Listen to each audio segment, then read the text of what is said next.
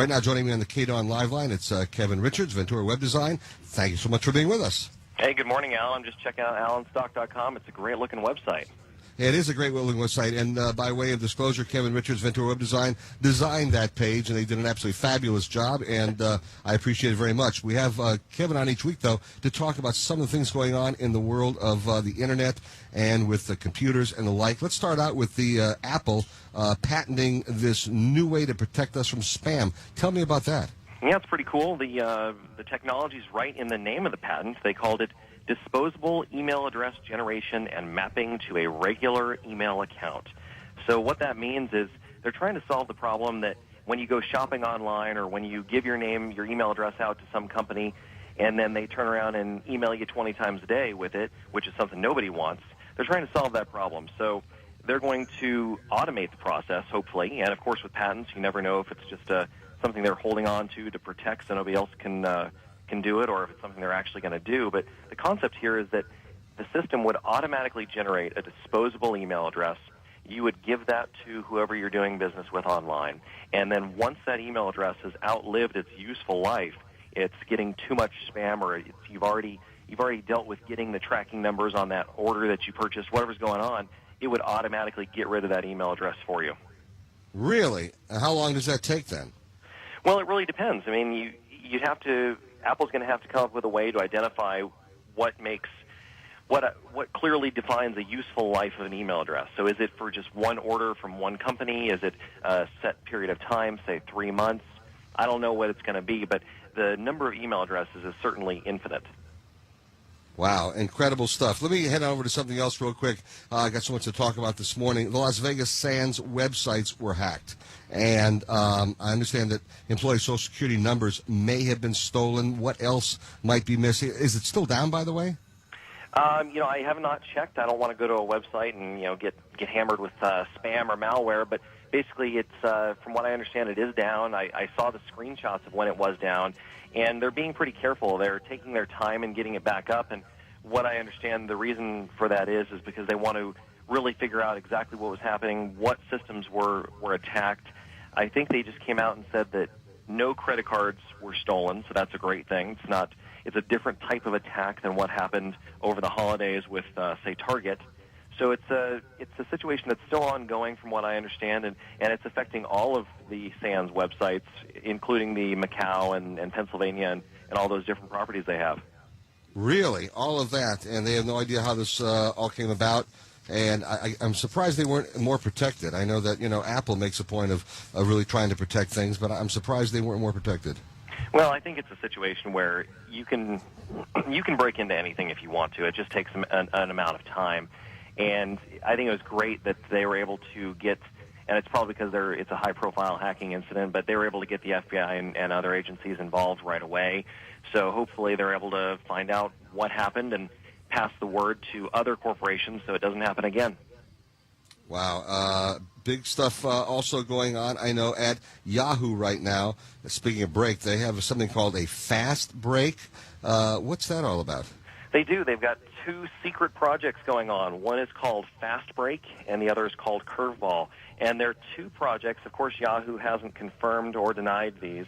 Basically, the concept that's been released or leaked out is that CEO Marissa Mayer is looking to get back into search. And as you know, she came from Google. She was one of their original employees, and she helped Google become what it is today. And she's now leading Yahoo, and she's identified that Yahoo needs to get back into the search game. Yahoo back in 2009 outsourced all of their search to Microsoft, and it was a good deal. It allowed them to save a lot of money, but she's identified that she's got the technology, she's got the team, she's got the boots on the ground that can make this happen. So she's going to, it seems, get back into the search game. And Yahoo, I know, started out more as a directory than a search engine, didn't it? They did. Yahoo actually stands for yet another hierarchical officious oracle. And, yeah, it's, those Stanford guys, they come up with neat names, right? So it was a directory that was hand-curated, and they realized very quickly that the Internet was going to grow beyond their capabilities to continue to do that. They realized that they needed to have an algorithm, a search technology that would do that for them automatically. Of course, there's still a lot of people who help refine the quality of search at Google. And so Yahoo's looking to get back into that game also. Wow. In a moment, I want to talk about Facebook. A lot to talk about, including, by the way, the very, very latest. They have announced 50 ways now at Facebook to define gender.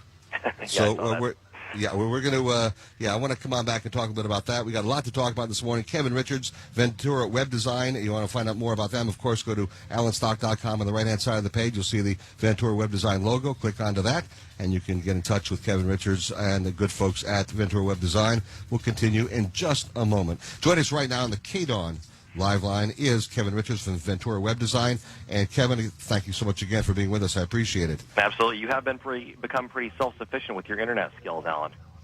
At the beginning I was going, ha, blah, blah, ha, blah, blah. But, once I got into it and learned it, which took me very little time, and if I could do it, anyone can, it was 1, 2, 3. It was easy. So I encourage everyone to get on board. It is the future. Matter of fact, it's not even the future. It's today. Facebook, let's talk about that real quickly. I know they've announced plans over the next 5 and 10 years, so tell me about what their plans happen to be.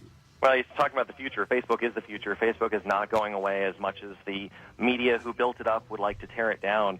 Facebook just recently released their 3, 5, and 10-year plans, and their goal is to really dramatically increase their average revenue per user, obviously, to support the stock price. They've grown up a little bit. They've become a business. And their other goals are to deliver highly personalized, targeted ads in the news feed. And they want to use what they know about you. You got to realize that Facebook knows so much about you because you voluntarily give it the information. You tell it what you like. You tell it your birthday. You tell it where you live. You tell it where you work. Facebook really knows a lot about you. So that's the power of Facebook. You no longer have to do broadcast advertising. You can do very narrow casting and focus right on the core demographic that you're trying to reach as an advertiser. So Facebook has got a lot of goals. Another thing they're focusing on is to really surpass Google's ability to deliver good search results. They want to use their search graph and deliver you better, faster search results that give you the answer quicker. Wow. And something else they've done also, they've just come out announcing 50 ways to define gender. So you can be defined as a male, a female, or something custom if you'd like to have it that way. They've got all kinds of things. One woman wants to be identified as a trans woman. All kinds of different things going on. I think it's unusual, but there are people like Focus on the Family, who people are very much traditional family people, who say that it's impossible to deny the biological reality that humanity is divided into two halves, male and female. Those petitioning for the change insist that there are an infinite number of genders. Just saying so doesn't make it. So that said, we have a great deal of compassion for those who reject their biological sex and believe they are the opposite sex. So, people are starting to show a little tolerance in that area, and I guess Facebook leading the way for something like this. That's true, and a lot of people wonder why Facebook's doing it, what moral message they're sending, and I think people need to realize that Facebook doesn't look at it that way. Facebook is a business. My mom always taught me, follow the money. And the money for Facebook is very simple. They need more users. So when you look at the people who are looking to identify themselves in a more specific way or looking to express themselves in a different way online and they're feeling singled out or alienated, you can solve that problem and bring them more into the fold and make them feel more comfortable online. They're going to spend more time on your website, and in turn, you're going to be able to sell more advertising. Wow. Absolutely cool. Real quickly also, I want to talk about this next week, but there was a study that came out showing that on Twitter there are a lot of what could be considered racist tweets.